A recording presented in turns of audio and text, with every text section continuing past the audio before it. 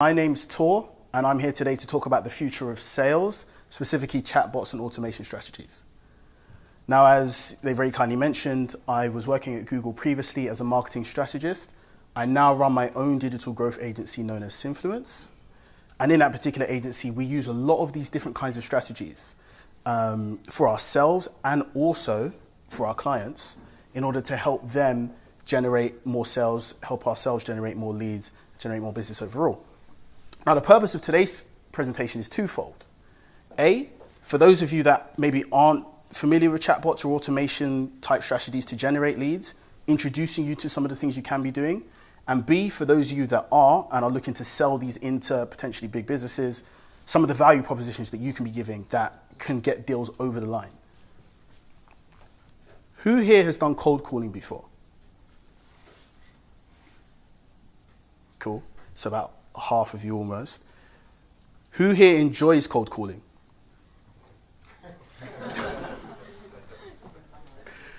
Cool. So we have about 50 odd people in here, and 3 of you enjoyed cold calling. So about half of you actually did cold calling altogether. And you claim to be salespeople. Okay, well, no one claims to be a salesperson. Clearly, I made a mistake. Anyway, the point is, for me personally, as a salesperson and somebody who runs a small business, I absolutely hate cold calling. Hate it, hate it, hate it, hate it, hate it, hate it, hate it. But it's something that has become part and parcel of the sales process. I believe that's until now. And I believe that cold calling won't be something that exists probably within the next 5 years. And it's already pretty much dying out from some of the companies that I've worked in doing sales. Now, the reason is approximately 1 to 3% of cold calls actually result in a meeting, right? So let's put this in perspective. For me, if I'm a salesperson and I'm running a business as well, because a lot of these businesses will be, 1, 2, 3-man businesses with chatbots in them. I'm making 100 calls. And by the way, that's not something I'm just doing in 5 minutes. That's 100 calls. That's a lot of effort and a lot of time and a lot of commitment. I'm getting through to a gatekeeper whose sole job is to make sure that I cannot speak to the person that I'm supposed to speak to. And then even after that, if I do get through to that person and I get a meeting, I'm not guaranteed any kind of business from that meeting. I'm not even guaranteed to be able to pitch my product to them by the end of the meeting. So if I make 100 calls, I get the prospects of maybe getting 1 of those on the ball, 3 on a good day.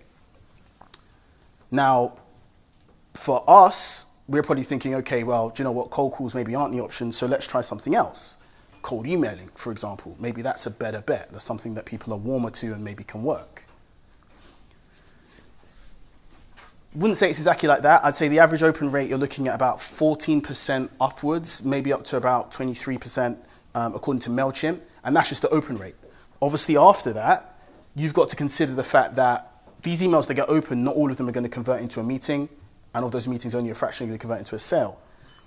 Now, here in the UK, we have to take into account GDPR as well as another thing.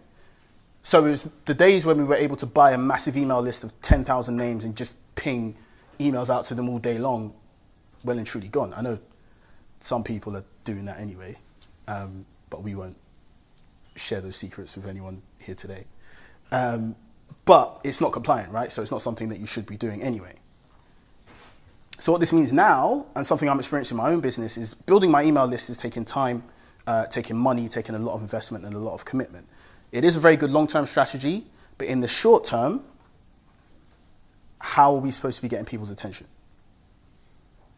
And that's a great movie, by the way. If nobody's seen it, yeah. Make sure you check it out.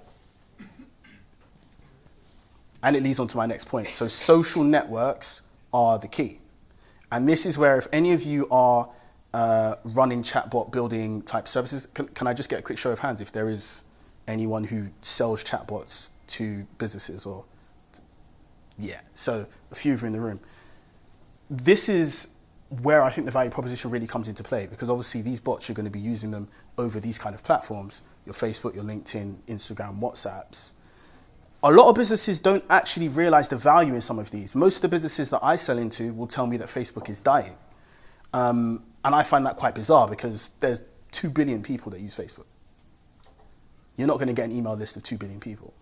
So you can potentially reach your entire audience through Facebook very easily, but you need to have the right mechanisms in place and the right frameworks. And I'm going to go through how Facebook works and a few of these other ones as well on the next slide, and how I articulate it to businesses as well. So this is a good one for anyone who's new to chatbots generally. Maybe this is your first experience learning about them. With Facebook Messenger, what you can potentially do is, let's say you want a specific prospect to go through a cycle, so go through a sales funnel. What I mean by that is they're going to take a series of steps that's going to lead to them eventually expressing interest in or potentially purchasing your product or service. Rather than you having to sit behind the desk and reply to their bombarding Facebook messages, you're going to set up an automated system that can reply for you on your behalf. But it's not just going to reply any old reply, it's going to reply a specific set of responses that's going to potentially facilitate a sale. So the way in which we're using it and the way in which our clients use it now is, first of all, we've seen Messenger open rates at 80%, right? In and around that mark. So 8 out of 10 of the messages that this bot is sending are being read. Compare that back to the emails where it was only 25%, or even the cold calls, which is just, I'm going to be honest with you, don't cold call. This is something that's obviously significantly better as an option, but it has to be carried out the right way. So what we're doing is we're running specific Facebook ad campaigns targeted to our particular type of prospect. We are then giving that prospect a free value ad, okay? This free value ad, let's take this example where we're looking at real estate and property rentals. This will be them getting a list of properties that are available to rent in their area. So if you're somebody in San Francisco, like here, and you're looking to rent a property, all you've done is you've seen an ad on Facebook, you've clicked on it, and the ad has directed you to this particular messenger bot, and you've sent a message saying get started, and then from there the bot is taking you through to show you the list of properties that are available, which is what it promised. Now the bot's job is to qualify them as a prospect in or out.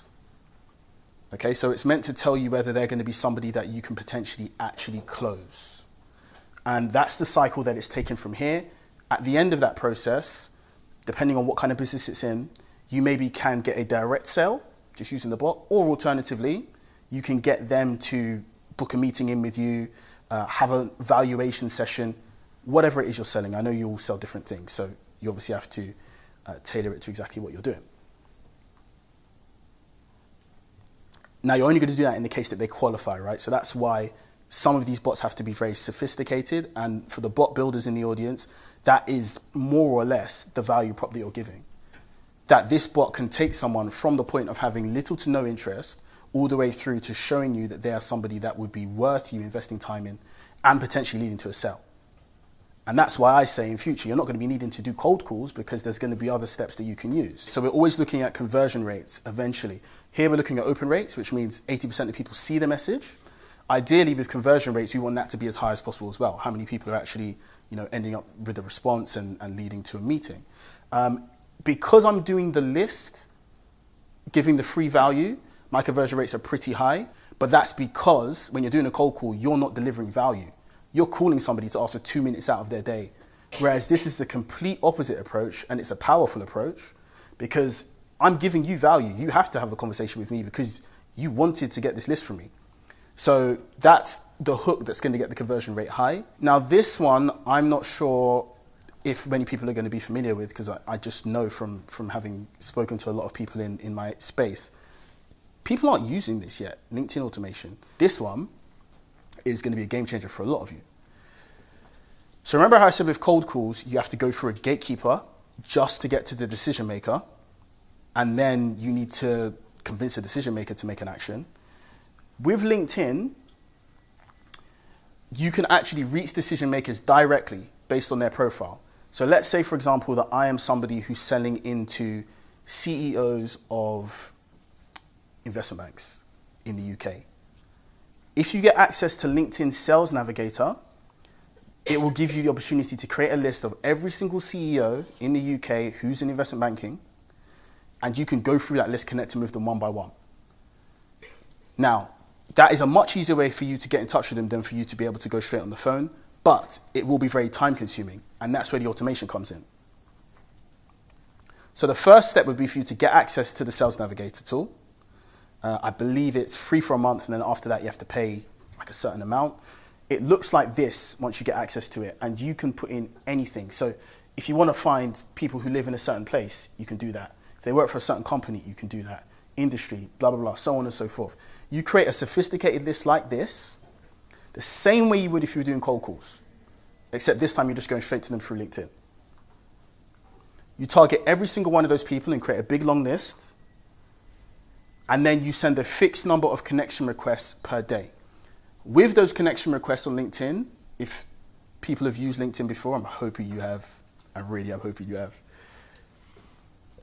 you can send a message when you connect with someone just to say, hi, my name's Tor, this is what I do, I'm looking to get in touch, or I'm looking to add some value. That is a much better approach than going through the cold calls way, because if your LinkedIn is strong enough, you should expect about 4 out of 10 people to connect back with you, and of those, about 10% of them to book a meeting with you. There have been spells where my business has been able to book consistently a good number of meetings per day just with LinkedIn. Forget any of the other approaches. But you need to have an automated tool that's doing that for you, because if you're doing it yourself manually, one by one, it will take you just days to go through everyone. But the idea is for you to be able to use LinkedIn automation to your advantage. And for those of you that are selling chatbots, add this to your list of services. It's another sort of automated approach that people aren't familiar with. As you can tell from the audience, it works. If any of you are in a business where you're CEO and you have sales execs in the team, get your sales execs to do this task, not you as the CEO. Because as you as the CEO sending these kind of messages, it doesn't come off as you're a big business. You know, the CEO shouldn't really be doing this kind of sales task. It's like a CEO cold calling, basically. So it would have to be your personal profile, but if you have someone else in your team, delegate it to them. And how am I doing for time, by the way, guys? 2 minutes. 2 minutes, okay. Good thing that I don't care about Instagram. Instagram's been pretty useless for me, I'm not even gonna lie to you. Basically, you can auto DM people, so send a direct message when they follow you. It's a nice warm opener. Have I really ever closed business through Instagram? I'm not gonna lie here and say I have. It's challenging, right? Because it's not really a platform for that. Facebook and LinkedIn are gonna be great bets. But then WhatsApp is a big one. So WhatsApp open rates are about 98%. So when you had Facebook and you were looking at 80, WhatsApp has gone a level higher than that. And that's just because everybody who has WhatsApp, you just use it, right? So you're gonna see a message that comes through. Now, this particular company has a process that when you send a message to them, they will offer you deals in return. And I know a lot of you would have seen this through SMS in the past. Companies like maybe even just T-Mobile, for example, send you texts from time to time with deals. This is a similar process. And this is something that can be done through WhatsApp. Now, I'm going to skim through it just because of time, but essentially the prospect sends a message to initiate contact with you.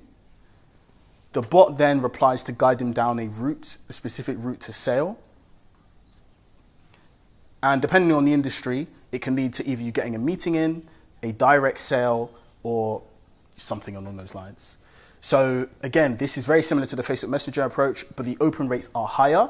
The difference is Facebook Messenger has like many chat and stuff like that, so a newbie can get started straight away. WhatsApp doesn't have anything that I know of that's as easy to use as that. So if you're not a developer, which I'm not, you maybe have to outsource or do something like that if you want to incorporate WhatsApp in there. So from my side, that is everything. And in terms of the future of sales, this is what a standard sales team looks like today. You'd have your customer service exec, a business developer who does outreach, a closer and an account manager who takes over the business once it comes on board. This is where I believe things are going to be very soon. You're not going to have a customer service exec because you don't necessarily need to have one. Their job essentially is actually to make revenue, even though most people think it's just to help out and troubleshoot. In the long run, it's to make revenue. But a bot can be doing that task. Instead of a business developer, automate your outreach. Stop cold calling. It's not going to work. Cold emails, difficult. Make it so that everything's automated and your business can generate revenue on autopilot. You're going to keep the closer. You need somebody who's going to have that human touch. And an account manager, I think they'll be replaced eventually, but just right now, we'll say keep the account manager in there. So that's my view on the future of sales and chatbots and automation. I hope you enjoyed.